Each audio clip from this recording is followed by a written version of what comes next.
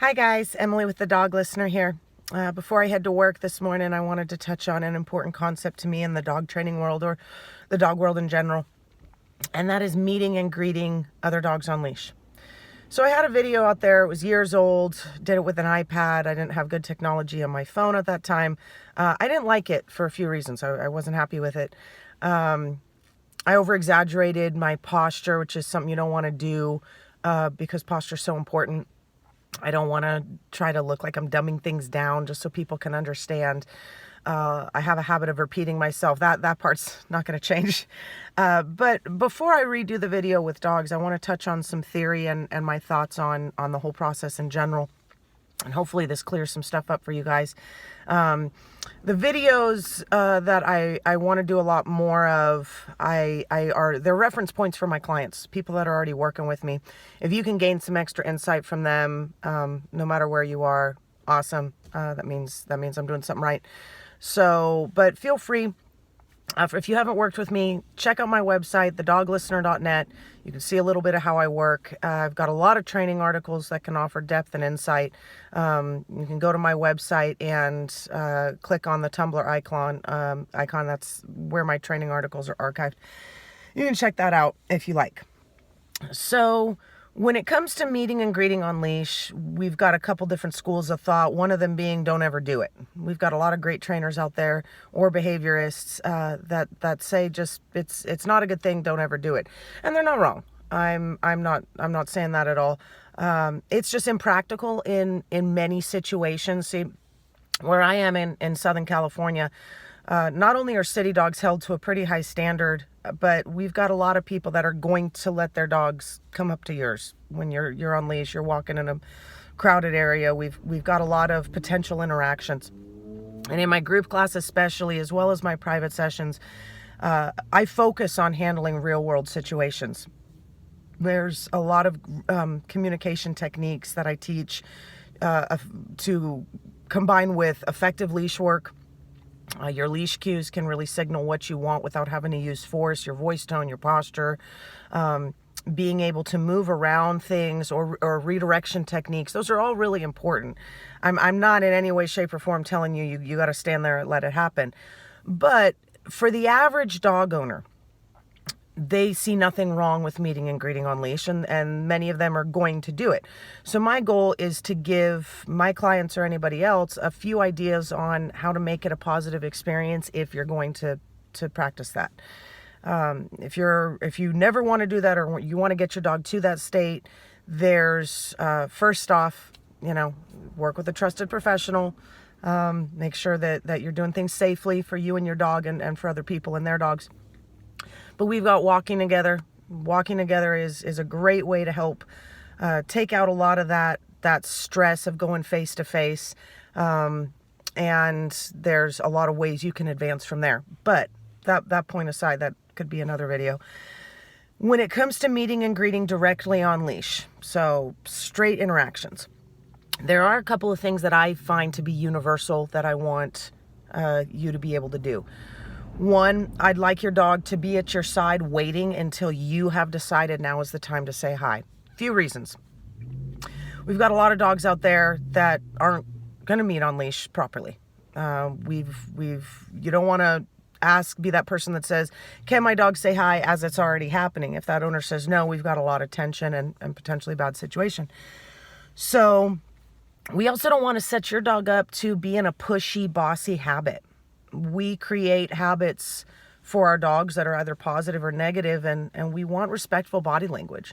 The last thing you want is your dog barreling up into somebody's face, and doing that over a long period of time. When they expect that, it puts a little bit of insecurity on their shoulders. Basically, they're making all their own decisions without any structure. So not only to set you up for just having a relaxed dog when you're just chatting with another owner and you're not planning on actually doing an interaction, you want your dog being fine with that. You don't want to choose that as the one time where you need to tell your dog, no, we're not actively saying hi. Dogs can sniff each other very easily from a few feet away. They don't have to be straight up front to be social. And what I believe is the most socialized dog has no problem disregarding other dogs. So don't set it up to make it this every single time occurrence where your dog sees a dog and gets to say hi. So whether it's a sit stay, a stand stay, a wait command, whatever, have your dog at your side until you've said, okay, now's greet time. It sets up for a better situation. Another thing that I find to be universal is I never, ever, ever want tension on the leash when dogs are meeting.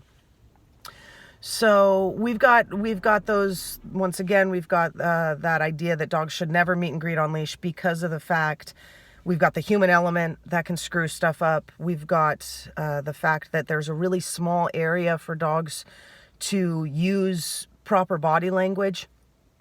Some dogs, like I said, I don't know if I said this already, but don't feel like they can walk away from a situation when they're on a leash. Proper body language is what creates good interaction. So when there's tension on the leash, we're actually setting up negative body language. So we've got a bad posture. We've got shoulders back. We've got chest out. That's not very friendly posture. It's excited. It's a little frustrated. And it's not a good way to start a meet and greet. I'm sure you've seen it before. Two owners with their arms outstretched, allowing their dogs to pull them forward, and then they hold them really tight to where all they can do is about this. We don't want to lock them up at the eyes. Some dogs go straight to the hind. That's wonderful. Some dogs stay here for a moment or so. But we want to encourage sniffing of the hind as much as possible rather than eyes, nose locked up. That's where a lot of bad things can start happening. So when it comes to the tension on the leash, not only do we not want to create that negative body language for your dog, so if they do that long enough, sometimes they start taking that posture and really, really feeling that negativity as well with those shoulders back. But also that other dog can see that as a potential threat or get defensive and have a bad reaction to your dog. We also don't want that. Going back to the having your dog wait at your side, the tension on the leash can really make your dog more excited. And excitement's where all bad behaviors get worse. We want your dog in both having them wait at your side as well as relaxed leash. We want them in a clear and present state of mind. We want them to be able to listen to your redirection when you decide it's done and over. We want them to be able to feel comfortable about your leadership, comfortable about the other dog. I think you get the point. So always, always, if you're going to meet on leash, make sure that leash is relaxed, whether it's 1 foot or 6 foot leash. And that other owner as well. One thing that I've found helps people understand and react a little bit more promptly in that situation is to say, hey, can you relax your leash so that they can sniff each other better?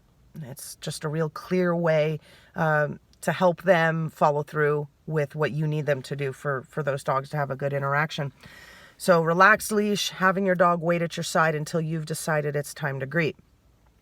Now here's where things start getting a little bit different. I particularly choose to be right up there with my dog or whatever dog I'm handling, and I teach my clients the same thing with a lot of really good results. So different schools of thought. Once again, we've got the idea that the human element is always going to mess stuff up, and it has that potential. So taking yourself completely out of the picture, yes, you're letting the dogs focus more on each other, but there are so many situations that I want to be able to control, not just because I'm a control freak, but because I don't want to wait for mistakes to happen and then my dog either has a bad experience or the dog I'm handling learns how to be bossy or insecure or realizes that other dogs can control each other. So we've got that idea that let dogs work it out. Not a good idea. I don't let any dog work it out for themselves. You want equality. It makes them so much more relaxed when they know that their job is not to control another dog. And if you let other dogs control your dog on a frequent basis, you are telling them that that's an okay thing. So at some point, they can do that themselves. And dogs don't always do it in a proper way. We don't have these fabulously well-balanced dogs that feel comfortable walking away from a situation on leash or having the proper body language. Remember, we're talking about average dog owners who are allowing dogs to meet and greet on leash. So I'd like to be a controlling influence. You don't want to see a little mistake of body language, say, oh, I don't like that. And then if you're at the very, very end of the leash, now you need to basically just end that entire meet and greet. I don't want my dog or the dog that I'm handling thinking that they have to do it on their own. And I also really just want to shape that habit of proper body language, and also let them know, once again, I'm right there with them. So there are tons of clients that I work with whose dogs don't meet well on leash simply because it became a habit. A Chihuahua can meet a Great Dane, or vice versa, excuse me, a Great Dane can meet a Chihuahua perfectly respectfully without having to ever go over that other dog's head. Dogs of any size can learn how to be respectful, but in many situations, it's up to you to shape that habit. So rather than be at the very end of the leash, remaining silent and letting the dogs figure it out, my training involves you being that guiding force, you being that controlling force. So how do we do that? So one, I'm right up there front and center. I actually have a pretty short leash, so that way I can gently guide, not pull, not use leash corrections. And hey, leash corrections have their uses in situations, but with the average dog owner, you do a leash correction because you don't like something your dog's doing, and you can start a real bad situation. So, but gentle leash cues can stop a behavior that your dog might not even know that they're doing, but if they do it long enough, they're going to actually follow through with what that body language means. For instance, sticking its head over another dog's head. So overly controlling another dog is something that will set your dog up to feel what we call insecure dominant. I'm supposed to control other dogs. We've also got dogs that we call regulators, which is they're trying to control any bad behavior because they disagree with that energy. So I don't allow another dog to stick his head over the dog I'm handling, and I don't allow my dog to do the same. I want equality. I want proper play behavior or just respectful body language rather than overly dominating. The word dominance is one of the most annoying words in the dog training world because it is used in so many different ways. Dominance should not be a bad thing. It's actually a really beautiful thing, and I have an article on it called The Dominant Dog Story. A truly dominant dog doesn't stick his head over another dog's head when they're meeting. They just stand very straight and tall. When a dog goes over another dog's head simply from just a normal interaction, that's not a dominant dog. That is an insecure dog. That is a dog saying, I'm nervous, so I'm going to try to control you because that's what makes me feel better.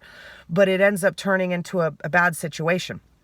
Either your dog says, wait a minute, I'm still insecure, so now I'm going to react and jump the dog. There's a lot of noise involved. Or that other dog says, don't dominate me, especially if it's a smaller dog. And they don't like that. So no matter what, I want to be able to stop that. And it's hard to do that at the very back of the leash, end of the leash. Another thing that I want to stop is when dogs are meeting and we've got sniffing, okay, sniff the hind, that's awesome.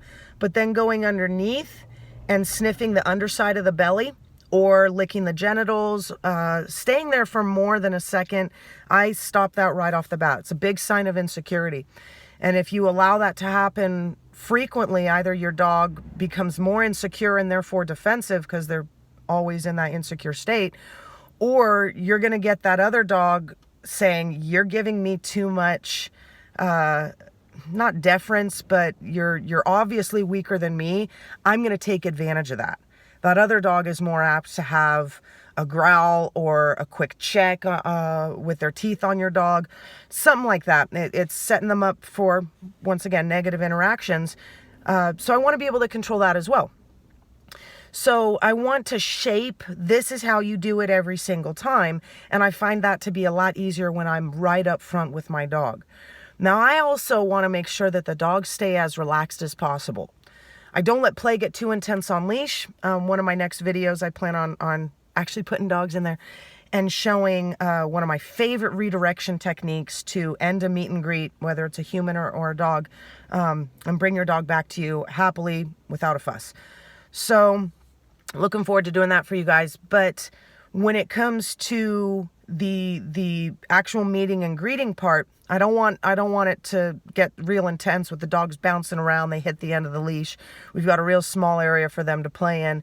A lot of frustration can happen, and a proper meet and greet can end poorly. So I want to be able to stop that quickly.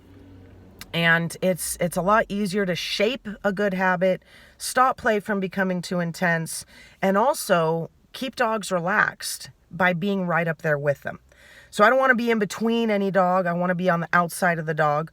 So let's say you've got dogs meeting and you're on your dog's right side, and then that dog comes up and goes in between you and your dog.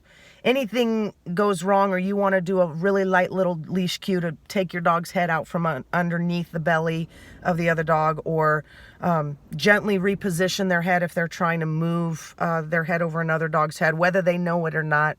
Like I said, it's not a good thing. So you can just simply walk around and position yourself to the outside. Other owners, I'm sure you've seen people switching leashes back and forth when dogs are doing their circling.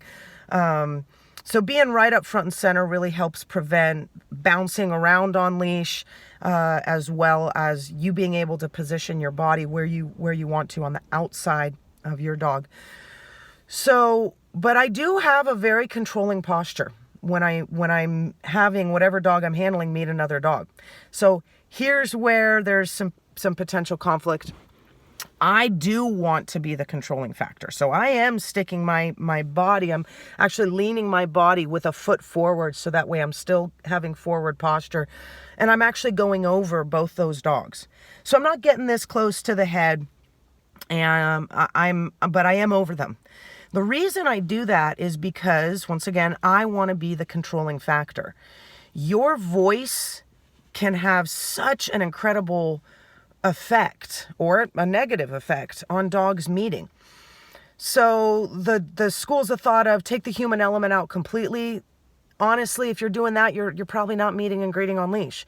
You cannot remove a human element completely when you're just 6 feet away or 4 feet away. Some people even have 2-foot leashes. You can't fully remove the human element. So you might as well make yourself as positive of an influence as possible. So I'm actually over those dogs because my words carry more weight. That controlling posture can really make a big difference on how those dogs interact with each other. So they're underneath me, I'm actually over them, and then I use my words. So I have an article called Fail-Safes in Verbal Language. It focuses on how important our words are in terms of how it changes our facial expressions, our body language. Look at the phrase "I love you" versus "I hate you." We only have one word change, and the emotions are opposite ends of the extreme. So our words are really powerful, but our tone is even more important. So when it comes to the people that I work with, I help them choose words that make a quiet, relaxed voice tone even easier for them. Because believe me, you can't just say "be calm." You can't say "trust your leadership." By the time people are calling me, they either have no leadership, or they're terrified, or they're frustrated, or they're angry, or they're just locked into bad habits just as deeply as their dogs. So to break that, you can't just tell people, stop doing this, stop doing this, stop doing this. It doesn't work that way. So I do care when I'm over those dogs about the tone. I want to set things up to be as relaxed as possible. I don't mind play behavior. I don't mind bouncing around. I love seeing that body language. And that brings me to another point that I will touch on in a second. But I want you to help keep that interaction positive. So when I am over those dogs, that is a controlling posture, which means now I have the ability to either make things positive or negative. So the tone comes into play. I really, really, really slow my words. I speak very, very quietly. So rather than telling people speak calmly, I prefer to say speak quietly and slowly. I love having a rhythm to it. Cadence is something that can help dogs just kind of feed off of a little bit more positively. So a little bit of rhythm, think metronome, and I keep it constant. I am not one of those people that says be completely silent. There are a lot of really good reasons for that. It's just not how I work, because a lot of times when humans are quiet, they're holding their breath, they're tense. They're tense as heck, and it's not going well. Your dogs are picking up on that. So you might as well release that tension and fake looking like you've got it all together if you're going to let meet and greets happen on leash, and use the power of voice tone to help make things so much better. So very quiet, very relaxed. I'm leaning over the dogs to be able to create, yes, a controlling posture. When dogs are meeting with each other, trust me, they're really not going to care that you're leaning over them unless that other dog has a huge issue with humans and doesn't care about other dogs. You should, if you're right up front and center, you should notice it. You should notice this dog is not actively engaging with my dog. I'm going to bring my dog back. This dog is not meeting this other dog. It's staring directly at me. I'm going to bring myself and my dog back. So that's another really important point of being right up there with your dog. You're 6 feet away at the other end of the leash. It's real difficult for the average dog owner to see all of these little signals that your dog or another dog might be sending. I want you to learn your dog's signals. I want you to see when that nose goes from sniffing to stock still. That'll bring me to another point. I want you to know what the ears are saying. I want you to know when the mouth is going from open to shut. That's a sign of tension right there. So I want you to be able to know those signals and know how to instantly just get your dog out of the picture real happily. Make them forget that part even happened. Dogs really do live in the moment, and change their frame of mind, have them come to you. So I'll touch on that briefly at the end, and then I do want to put out a video on showing you with dogs that redirection technique. So many reasons here that I'm being up front and center over the dogs, being able to see what their body language is saying, see if we get that little lip curl. That looks terrible. Sorry. Little lip curl. We've got the nose going from actively sniffing to stopping to sniff. We've got being able to gently stop our dogs. Gently. I'm not talking about a crank and yank thing, or once again, no tension on that leash. But I have my hands right there on the leash. I've got very, very, very, very relaxed wrist. I've got a hand or two hands, and I'm ready to be able to take that dog's head out from underneath the belly, that insecure body language. Try gently to maneuver them back to the hind. I still want control. If I'm going to have dogs meet and greet on a leash, I want control. So I want to be over them, because that way my words carry a lot more weight, and I can really help set the tone or keep things from going south too quickly. And I want you to be able to read your dog's body language, whether you're just starting now or you already know it. I want you to know even more. So I'm over that dog, and I'm speaking very quietly. I'm speaking slowly. There's no intonation, no inflection, so no frustration. Please don't be frustrated in that moment or sound it. I want just quiet encouragement. So I'll personally say things like, "That's my boy, buddy. Good job. Very nice." I don't want to say, "Is that your new friend? Go see your new friend. Let's get super excited." And we're creating a lot of nervousness and potential negative things. So real quiet, real slow. And when you're in that controlling posture, you really are able to have your words or that voice tone carry a lot of weight and positive influence. I can't tell you how many dogs I've had meeting and greeting on leash with clients, and they might start off a little tense. Okay, if I took myself completely out of the picture, they might have figured it out. They probably would have needed more space to do it. That's where we wouldn't have had leashes. So once again, we're talking about meeting and greeting on leash in public situations. Whether you're a fan of it or not, it happens. So when we've got that leash involved and we've got the humans involved, like I said, you want to at least make sure that you as that human does more good than harm. So I'm relaxing my leash. I'm stepping forward with my dog. I'm making sure that the dog that I'm handling knew when it was time to greet and was waiting at my side. I'm not letting play get too intense on leash. So when I'm right up there, and it brings me to another point, when you're already talking to your dog, saying encouraging, quiet, relaxed things with your voice, it means that they're a lot more apt to focus on you when you need it to be done. Or if you're going to correct a behavior, whether there's times to correct and there's times to redirect. But you want to be a part of that world. Why should your dog listen to you when you were silent for a minute and a half, and then all of a sudden, oh, it's time to listen to this human now? So I have an article on that too, called Big and Little Moments of Leadership. You don't want to be the part-time boss. So you want to be able to have your dog used to listening to you. So start out that moment with them already listening to you. They don't need to look at you to hear your voice and feel your energy and really feel that relaxation coming from you. And then when you need to redirect them back to you, it's so much easier because they were already listening. You were already a part of their world. So dog pack, we've got them all together all the time. We're not. Here we leave, we come home, we're not going to be dogs no matter what we try. So be a part of the praise. Just keep it quiet and relaxed. So that way when you need to redirect your dog, it's a lot easier for them to follow you because they kind of already were. So before I finish this really long drawn out video, if you're still watching, I want to be able to end that situation. The second I see something I don't like, that I don't feel like I can control it. Remember, average dog owner. If you see something that you don't like and you're unsure of should I keep it going, or maybe you're just finished and you want to be on your way, the last thing that I want is for you to throw all the rules out the window and pull your dog tight to you. That creates making yourself a source of insecurity, bringing your dog tight to you. You're suggesting that you are nervous, whether you are or not. I don't want your dog thinking you are. It means you don't have control. It means that they're responsible to have control for themselves and for you. We don't want that burden falling on your dog for a bunch of reasons. So I want to be able to create really inviting posture and encourage my dog to just stop that meet and greet, come right back to me. So I'm going to be doing a video on just that, but briefly before I end this, I lean my body over.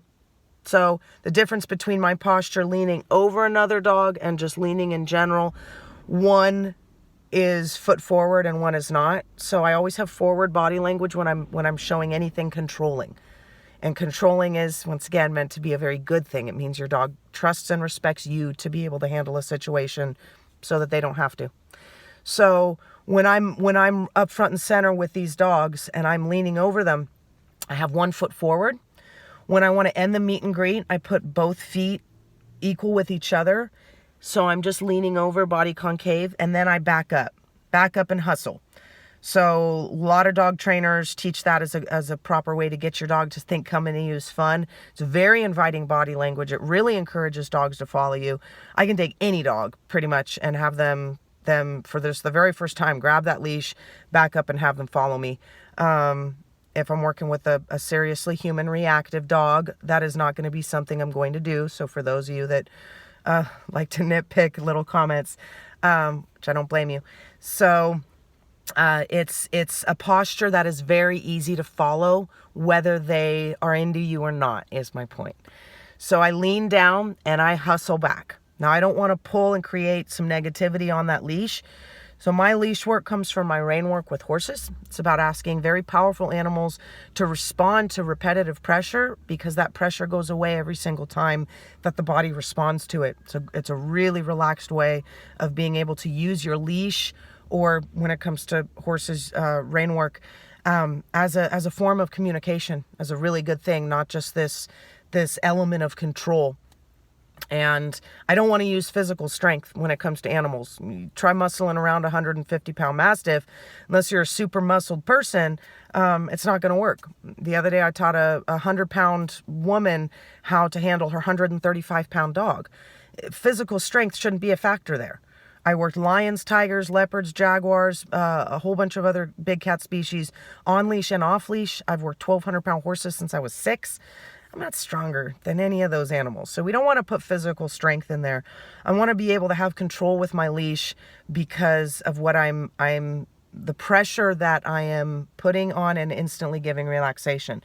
So I'll actually take my hand, I don't like this, thumb down. I always turn my hand over on a leash and have it like this. So if this was your leash, I'm doing this. So I want you to be able to just close and open. So I should probably grab an actual leash from the back of my truck and show you that. But I'm reaching my hand over and I'm just doing little taps, little pulses, little finger squeezes as I back up and hustle out of there. So don't take my words too seriously. I'm not trying to run.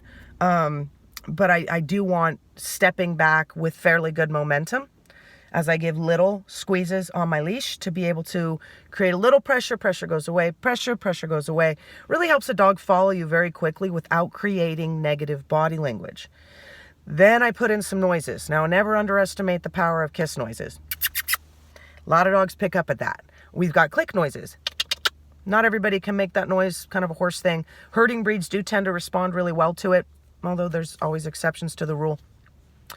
So the noises, the reason I do that is, yeah, dogs tend to listen a little bit more to noises than maybe a name that they've heard 4,000 times in one day. But, got articles on that too. But I really just don't want you, remember, average dog owner, if you're working through some nervousness or you saw something on that meet and greet that you didn't like, that nervousness is going to come out in your voice. I don't want your dog or the other dog or any dog picking up on that from you. So I don't care how scared you are. If you make kiss noises, you're not sounding nervous. Plain and simple.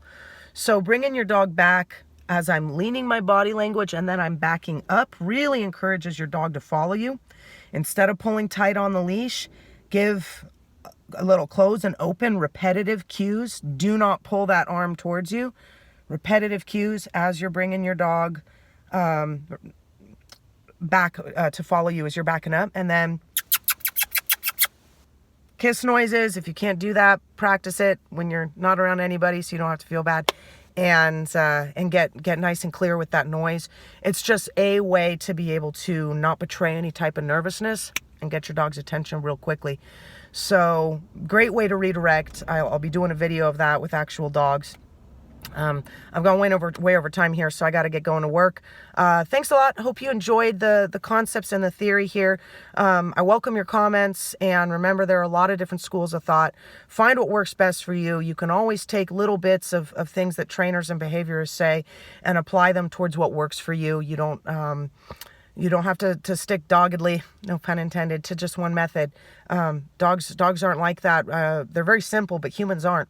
So there's a million different methods out there that can work for you and your dog. Make sure you are with a trusted professional, a good, reputable trainer that's not having you do a bunch of forceful techniques that make you feel like less of a leader. Any good discipline should involve trust just as much as respect. As Buck Brannaman said, granted he's a horse guy, but who knows, could be a dog guy too. He said, respect is not a dirty word. So don't make it one. Hope you guys enjoyed the video. If you do meet and greets on leash, set your dog up for a little bit more success and a good experience with these techniques. I've got an article on how to handle situations if things go wrong. It's called Handling Bad Dog Incidents. Feel free to check out my blog site. Go to my website, thedoglistener.net, and you can find my blog site from there. Thanks, guys. Have a great day. Enjoy your walks.